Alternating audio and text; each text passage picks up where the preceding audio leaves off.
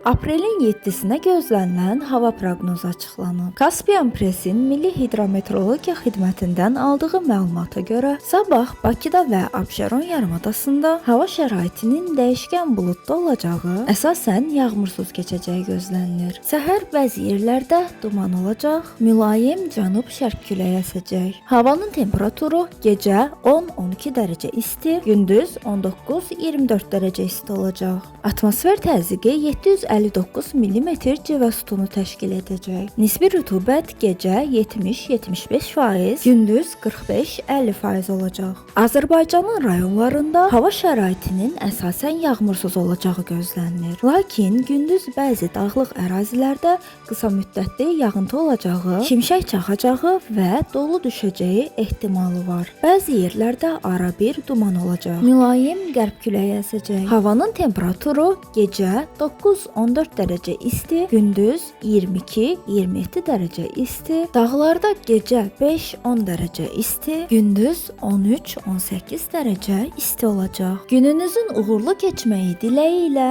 Kaspian Press həftənin birinci günü olan hava şəraitini təqdim etdi.